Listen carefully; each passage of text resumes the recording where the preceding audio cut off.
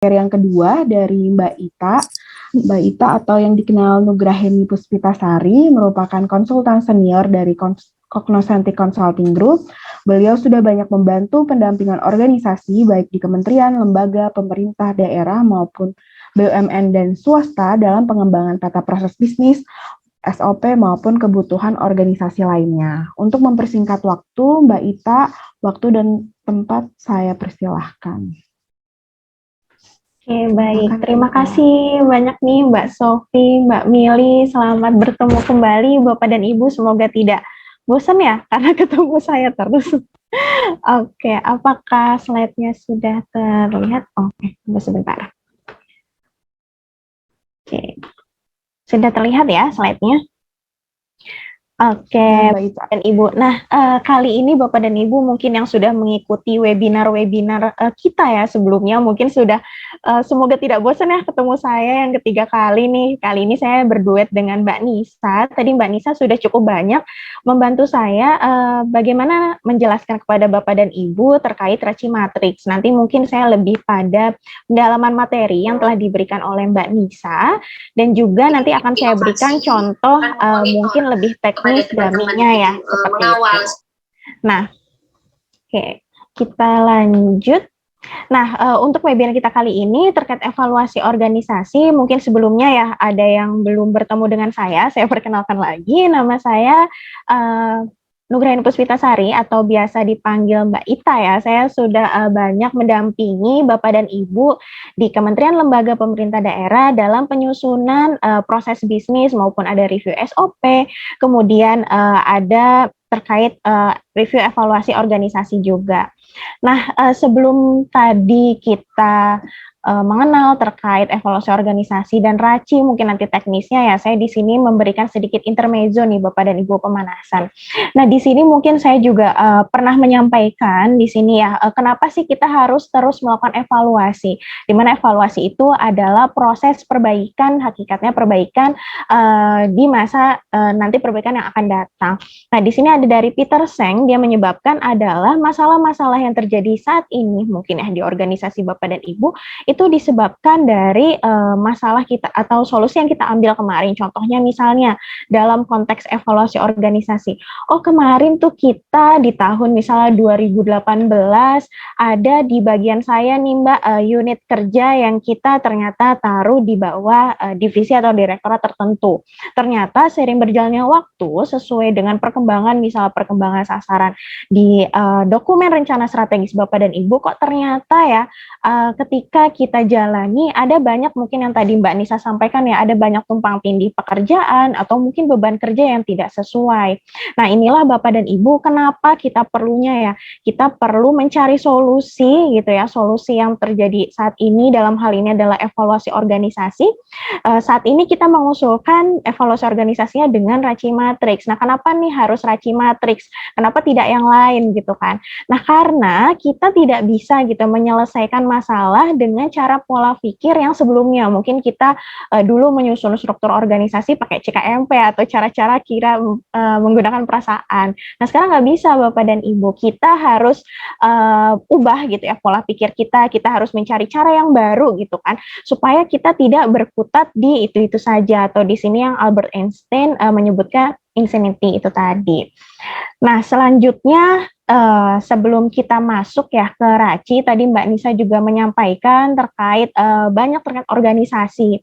Nah, di sini saya ingin menyampaikan bahwa kita tidak fokus juga pada organisasi itu apa, tapi bagaimana kita memanage atau mengelola dalam proses evaluasi organisasi ini dalam siklus manajemen itu tadi, di mana kita fokus terkait manusianya gitu ya, mereka diarahkan untuk bekerja secara bersama untuk kita sama-sama berkontribusi gitu, berkontribusi dalam dalam setiap instansi, mungkin instansi Bapak dan Ibu itu tadi. Oke, nah lanjut. Nah, kenapa sih Bapak dan Ibu ya tadi mungkin Mbak Nisa menyampaikan kok di awal-awal ada proses bisnis gitu ya. Kenapa harus seperti itu gitu. Nah, mungkin sebelum saya menyampaikan kenapa pentingnya proses bisnis gitu ya, saya ingin menyampaikan dulu terkait sistem. Jadi, dalam konteks evaluasi organisasi, atau dalam hal ini kita katakanlah organisasi ini adalah sebuah sistem gitu ya. Sistem ini adalah bagian gitu ya. Bagian yang saling terhubung membentuk satu kesatuan terintegrasi yang mencapai satu tujuan yang sama. Nah, kalau dalam kaitannya konteks organisasi, yang tadi saya bilang sistem ini organisasi, berarti bagian-bagian ini sebetulnya adalah direktorat-direktorat atau unit kerja Bapak dan Ibu, atau mungkin kalau di BUMN atau swasta ya, divisi gitu ya, mungkin divisi, departemen, kalau di kementerian misalnya direktorat jenderal atau direktorat gitu ya. Nah, itu adalah kita saling berhubungan gitu untuk membentuk satu kesatuan instansi kita Bapak dan Ibu, di mana kita perlu mencapai satu tujuan bersama, yaitu misalnya kita kenal ada rencana strategis jangka panjang atau Rensra, atau misalnya kalau di BUMN atau swasta RJPP dan lain sebagainya. Nah, sistem ini tadi terdiri dari multi bagian itu tadi ya, yang saya analogikan ini adalah divisi-divisi yang saling terkait, di mana mereka saling terhubungan gitu ya, saling berhubung dan saling mendukung satu sama lain. Nah, kita sebelum masuk, saya sedikit ada intermezzo terkait sistem ya. Oke, apakah suaranya sudah terdengar, Mbak Sofi? Oke, kita perhatikan dulu nih Bapak dan Ibu. Tadi ada seorang gadis cantik tersenyum gitu ya, ketika kita zoom out gitu. Nah ini ada suatu kota, kemudian masuk ke sebuah negara atau sebuah benua gitu ya. Inilah misalnya kalau di kita, misalnya dari divisi terdekat kita sendiri deh, unit kerja kita, kemudian masuk ke bagian divisi, departemen, sampai instansi, dan semuanya akan saling terhubung.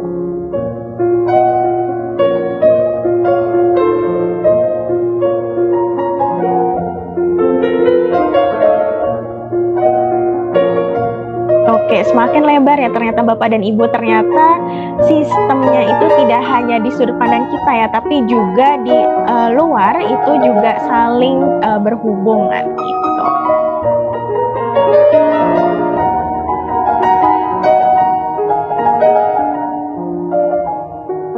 Nah, ini semakin di zoom out ternyata kita semakin kecil ya Bapak dan Ibu.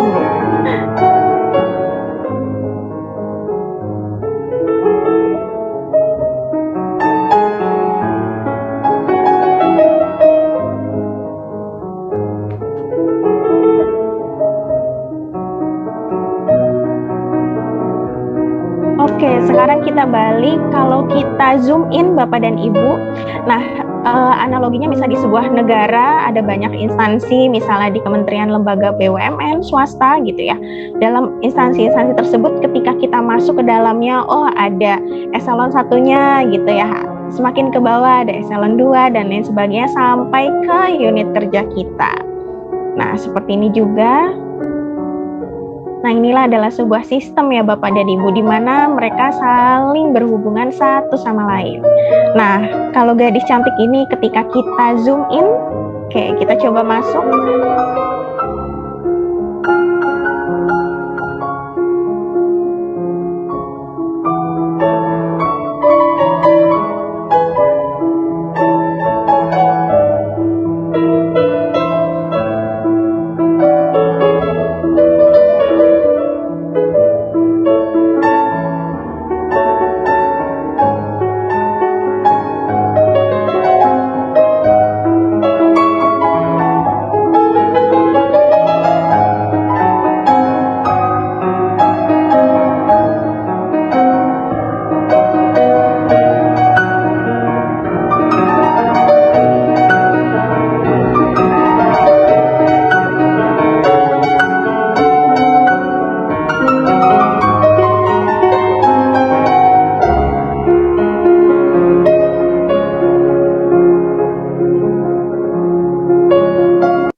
Oke, nah itulah Bapak dan Ibu mungkin sekilas ya. Nah, dalam hal ini saya menganalogikan gadis cantik yang tadi itu adalah kalau kita lihat ya di sini ada sebuah sistem, misalnya di sini adalah sistem gerak. Nah, di mana sebuah sistem itu adalah bagian-bagian yang saling berhubung mencapai satu kesatuan yang terintegrasi untuk mencapai satu tujuan. Contohnya sistem gerak itu untuk kita bergerak, atau tadi ya ada misalnya untuk pencernaan dan lain sebagainya. Nah, begitu juga dengan organisasi kita, kita adalah satu kesatuan gitu ya. Mungkin Bapak dan Ibu dengan teman-temannya bisa boleh berbeda unit kerja gitu ya. Tapi ketika kita berada di dalam sebuah instansi atau sebuah sistem, kita merupakan satu kesatuan yang saling terintegrasi untuk mencapai satu tujuan bersama. Nah, bicara terkait itu, mungkin tadi Mbak Nisa telah menyampaikan ya terkait framework untuk analisa organisasi. Nah, tadi yang saya menjelaskan terkait sistem itu sendiri. Nah, Mbak Nisa tadi telah mungkin sekilas yang menjelaskan kepada Bapak dan Ibu, ini sebenarnya teori lama, teorinya Albert Chandler.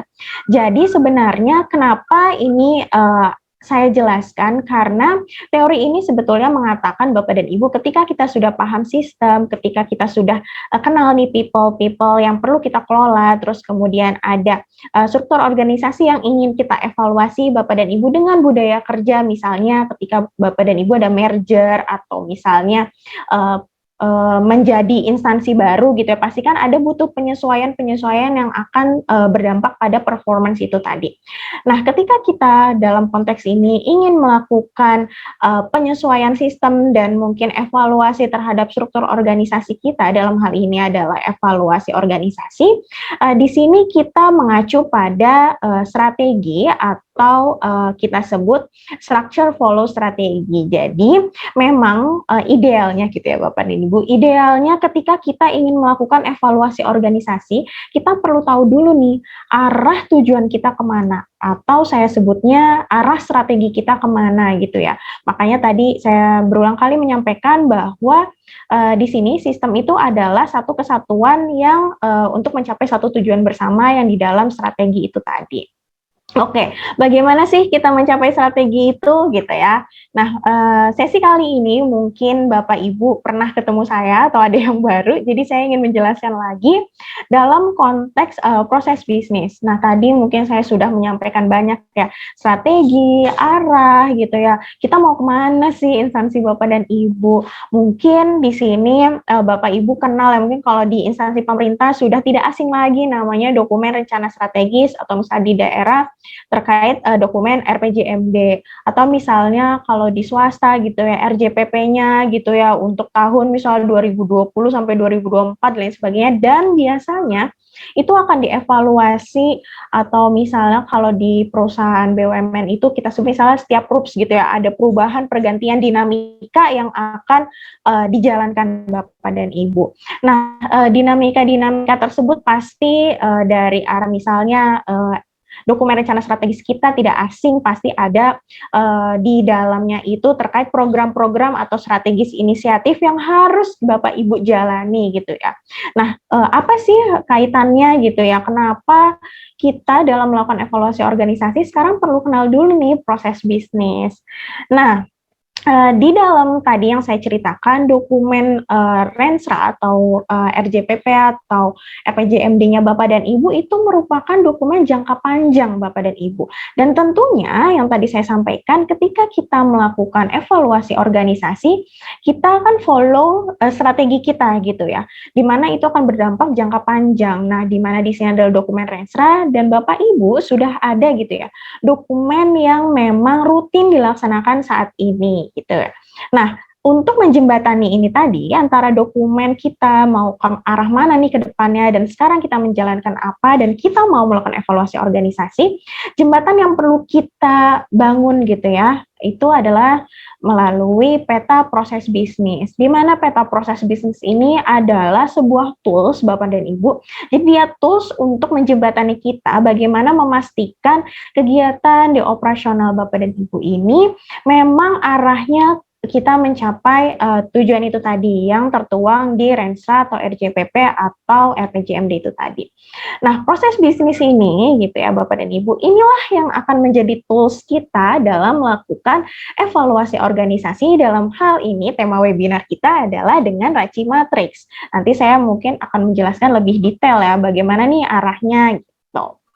Nah, mungkin Bapak Ibu yang belum mengikuti webinar kita, saya sedikit mengulas sedikit ya. Tadi juga mungkin Mbak Nisa sudah menyebut-nyebut, Mbak moderator nih, Mbak Sofi dan Mbak Nurul juga berulang kali menyebut terkait proses bisnis. Nah, untuk dasar hukum proses bisnis memang lebih banyak gitu ya dikenal dalam Permenpan RB nomor 19 tahun 2018, di mana kami gitu ya ikut juga dalam melakukan penyusun peraturannya. Nah, mungkin kalau di swasta atau BUMN mungkin agak jarang ya kita dengar. Nah, ini saya jelaskan dulu terkait apa sih gitu ya proses bisnis. Kalau kita penggal dua kata, proses dan bisnis, apakah gitu ya? Kalau instansi pemerintah contohnya, apakah kita harus berbisnis? Apakah kita harus mencari laba? Kan tentu tidak, Bapak dan Ibu. Nah, hakikatnya itu adalah bisnis itu kita kaitannya dengan bernilai tambah. Jadi, apa itu proses bisnis? Di mana proses sudah sangat dikenal, Bapak dan Ibu, itu adalah kegiatan di mana kita merubah input menjadi output gitu ya. Jadi, itu adalah kegiatan proses. Nah, bisnis ini adalah bernilai tambah. Sehingga proses bisnis itu adalah serangkaian kegiatan yang saling berhubungan, di mana kita merubah input menjadi output yang bernilai tambah itu tadi. Nah, inilah yang kita analogikan banyak proses strategi inisiatif kita, banyak proses kegiatan kita gitu ya, ratusan gitu ya, bahkan ribuan kegiatan yang Bapak Ibu laksanakan untuk mencapai sebuah atau mencapai sasaran-sasaran yang sudah dibakukan dalam dokumen perencanaan strategis tersebut.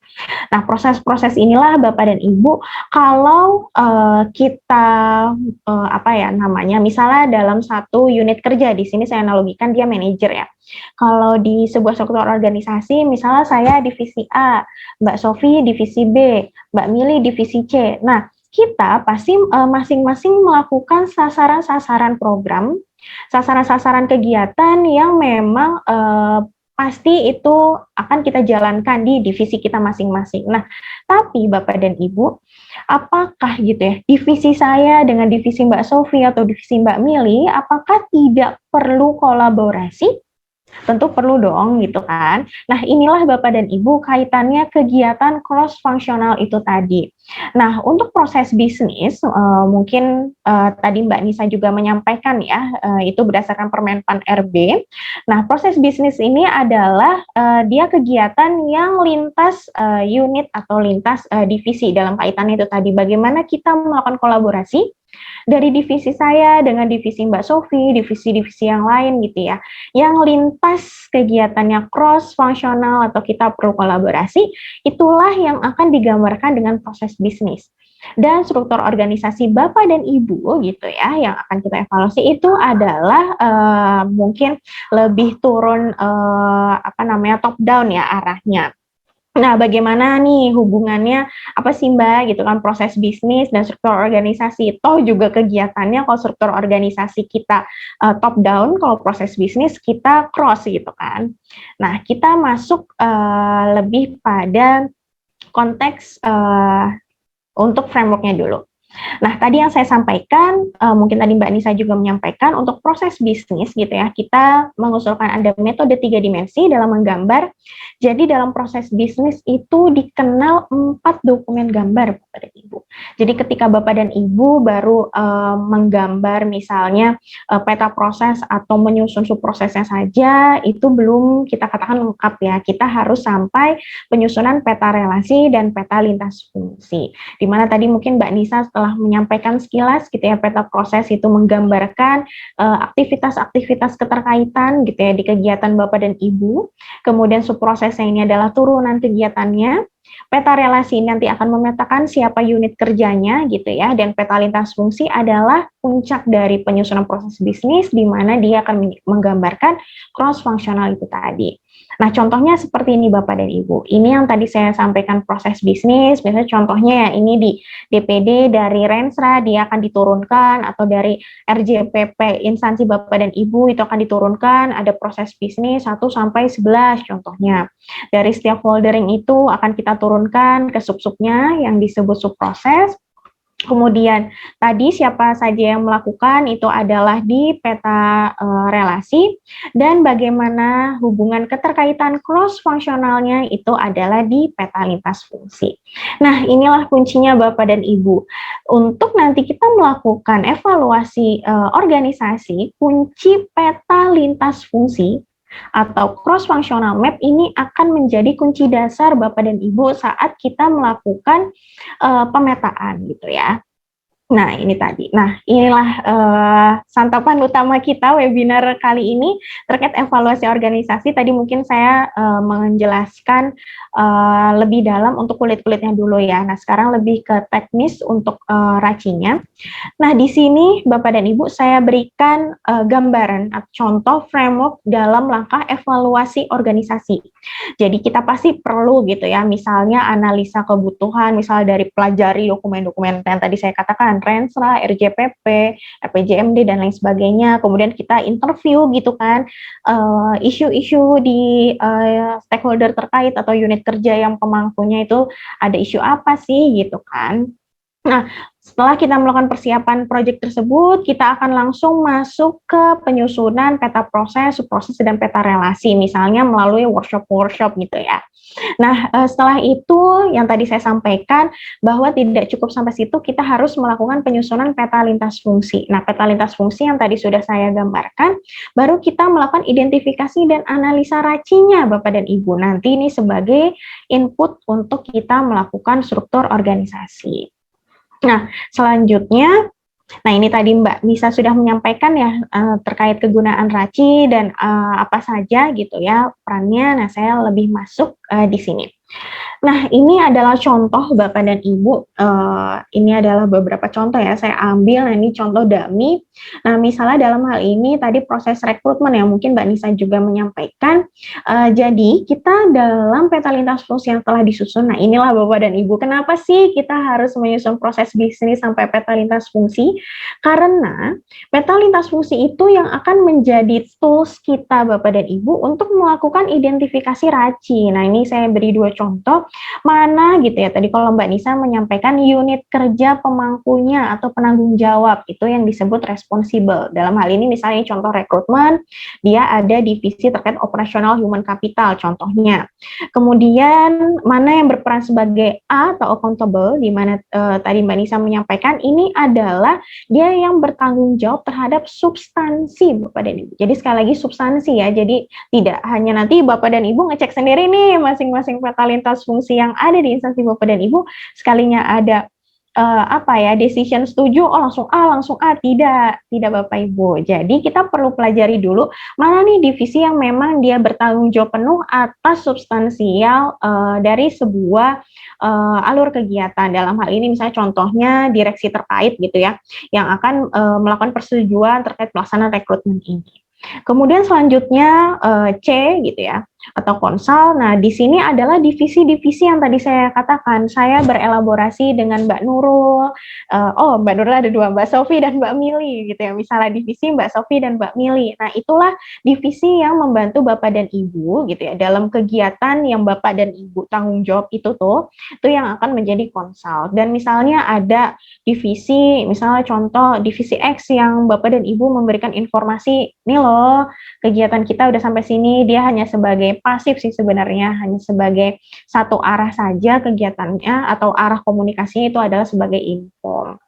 Nah, ini tadi Mbak Nisa ya telah menyampaikan terkait model-model kita melakukan untuk mencatat racinya. Nah, setelah dicatat racinya Bapak dan Ibu, mungkin nanti kita perlu nih misalnya mendata, departemen A, departemen B gitu ya, atau departemen mana yang tadi telah kita hitung nih, ini kan pasti ada ratusan gitu ya. Pasti Bapak Ibu sudah tahu bahwa kegiatan Bapak dan Ibu banyak, kita identifikasi ratusan peta lintas fungsi tersebut, lalu kita rekap. Contohnya di sini misalnya, dari Ditjen misalnya di sini protokol konsuler misalnya gitu. Nanti berapa sih gitu ya? Dari keseluruhan dari keseluruhan peta lintas fungsi yang ada, dia memiliki responsibel tuh jumlahnya berapa gitu. Kemudian misalnya dari di sini misalnya satker terkait. satker terkait memiliki responsibel berapa gitu. Nah, sebagai catatan Bapak dan Ibu, yang kita hitung dalam hal RACI untuk evaluasi organisasi ini hanya internal gitu ya, hanya internal pelaku di instansi Bapak dan Ibu. Saya ulangi sekali lagi, hanya pelaku internal. Kenapa? Karena kan kita mau menghitung nih, divisi mana, departemen mana, dirjen mana, direktorat mana gitu kan, yang ternyata beban responsibelnya itu berapa gitu. Jadi kalau ternyata di CVM Bapak dan Ibu ya, contohnya misalnya beberapa kementerian yang saya dampingi, dia kan terlihat ya gambar pita lintasnya tuh sampai kementerian-kementerian atau misalnya sampai daerah atau stakeholder terkait, nah itu diabaikan. Jadi kita hanya fokus di internal kita gitu. Jadi nanti kita rekap berapa sih unit kerja gitu kan, ini stakeholder atau unit kerja kita gitu ya di kolom sebelah kiri ini, nanti direkap Bapak dan Ibu. Jadi misalnya contohnya, divisi A dia punya R-nya berapa, divisi B R-nya berapa, kemudian kita hitung secara statistik gitu. Statistik kita hitung nilai tengahnya gitu ya, rata-ratanya, kemudian standar deviasi di mana semakin mungkin ada yang R-nya 0, R-nya 1, tahu-tahu R-nya ada yang divisinya 13, 14, 15. Kan rentang dari RACI tersebut atau rentang sebaran angkanya itu akan sangat luas. Nanti bisa jadi misalnya standar deviasinya akan semakin besar.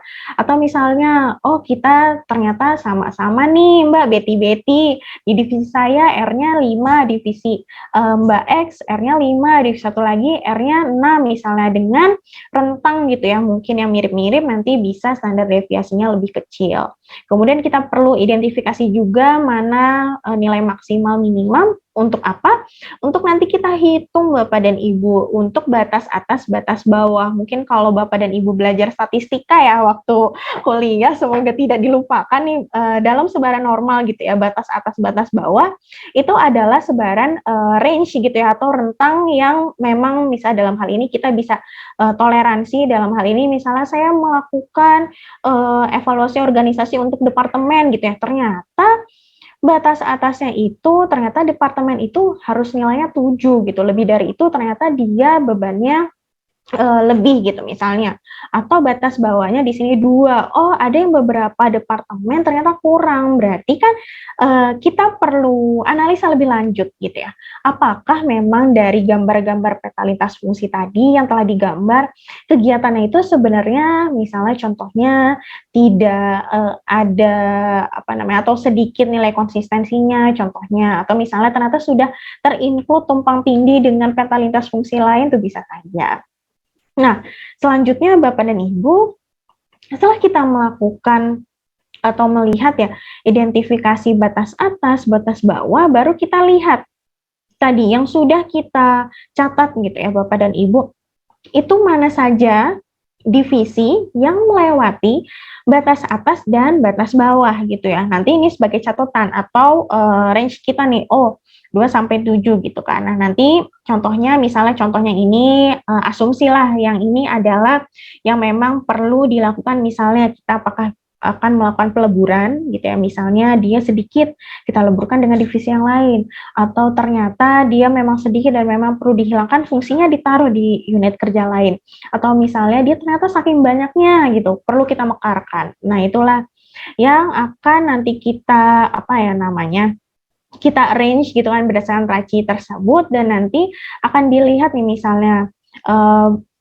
ternyata divisi ini akan misalnya mekar jadi 3 divisi dan lain sebagainya. Nah, untuk mendukung argumentasi RACI kita, Bapak dan Ibu juga bisa melakukan analisa benchmarking, misalnya ya analisa benchmarking dengan dengan instansi kementerian lembaga yang mungkin mirip dengan Bapak dan Ibu. Nah, untuk selanjutnya saya di sini akan mengajarkan mungkin secara dummy supaya tidak bosan melihat slide saya. Masih ada waktu kan ya Mbak Sofi? Saya izin sebentar. Oke, apakah sudah terlihat Mbak Sofi dan rekan-rekan? Sudah Mbak Ita. Oke. Nah, di sini saya buat ini contoh gitu ya untuk perusahaan PT XYZ gitu kan.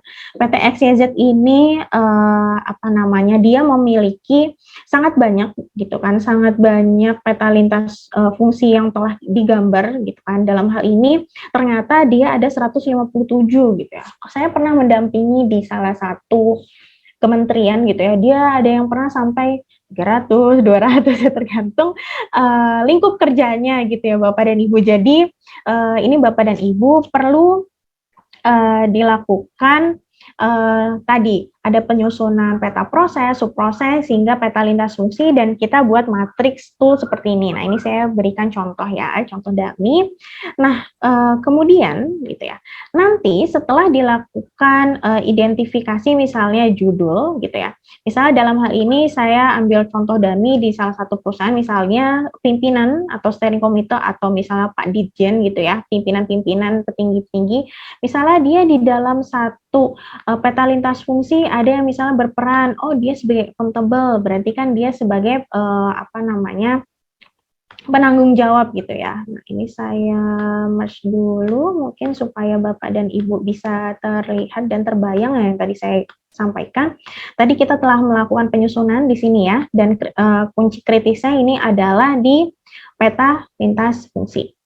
Nah, setelah peta lintas fungsi, kita susun misalnya di sini divisi-divisi Bapak dan Ibu, misalnya katakanlah divisi A, divisi B, divisi C gitu ya, dan lain sebagainya, divisi D, E sampai Z gitu misalnya. Nah, di sini banyak sekali. Nah, ini saya kasih contoh.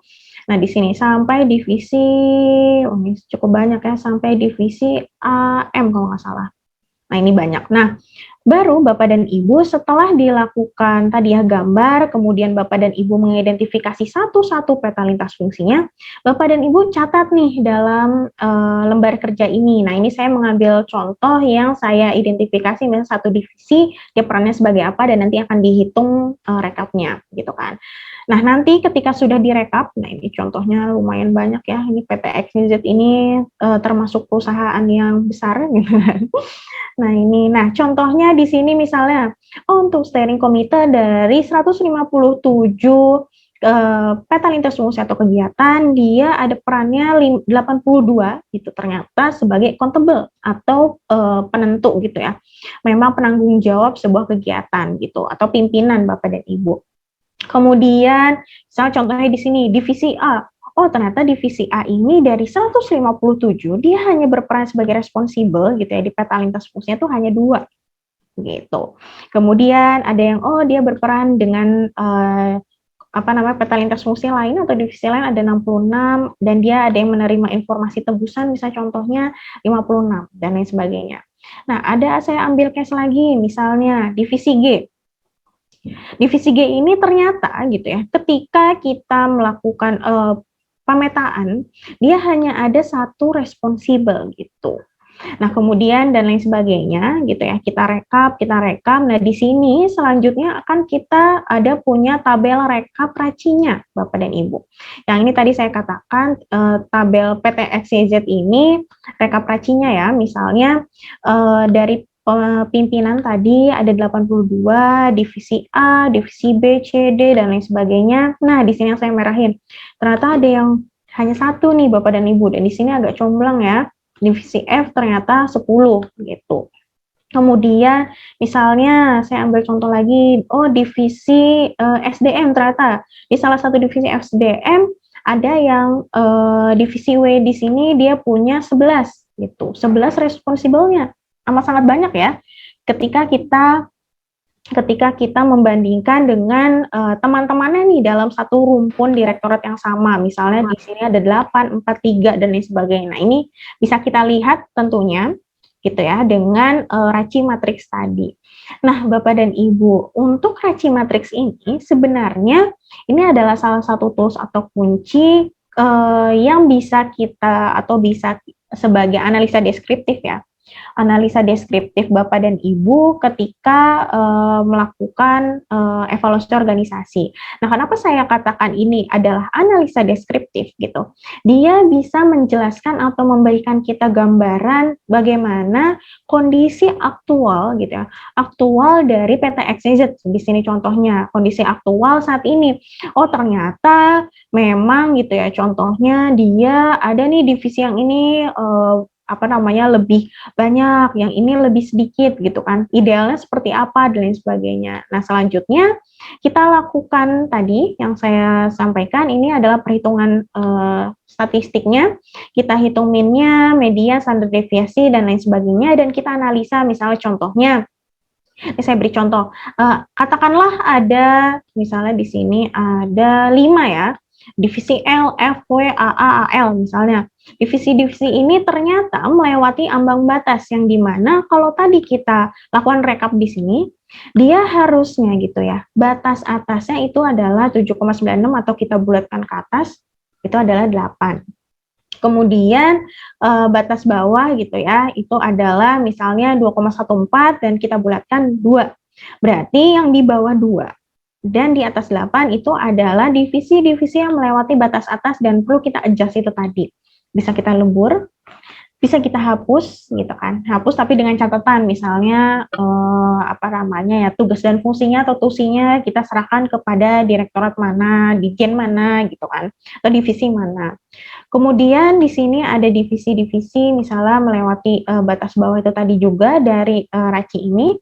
Nah, ketika kita sudah melakukan adjust gitu kan, tadi mungkin Mbak Nisa telah menyampaikan ya, ada beberapa step yang bisa kita lakukan. Tadi contohnya, yang pertama adalah melakukan identifikasi apakah ada proses yang dapat dianulir. Nah, yang tadi Mbak Nisa sampaikan di sini, kita melihat lagi nih Bapak dan Ibu, sebenarnya gitu ya, peta lintas fungsi kita ini ada atau tidak ya kegiatan yang bisa kita anulir gitu. Misal kita lebih fokus pada divisi, contohnya misalnya divisi L, F, W gitu kan, katakanlah kita udah sort gitu kan, oh ternyata muncul nih CFM-nya ini saja untuk divisi W.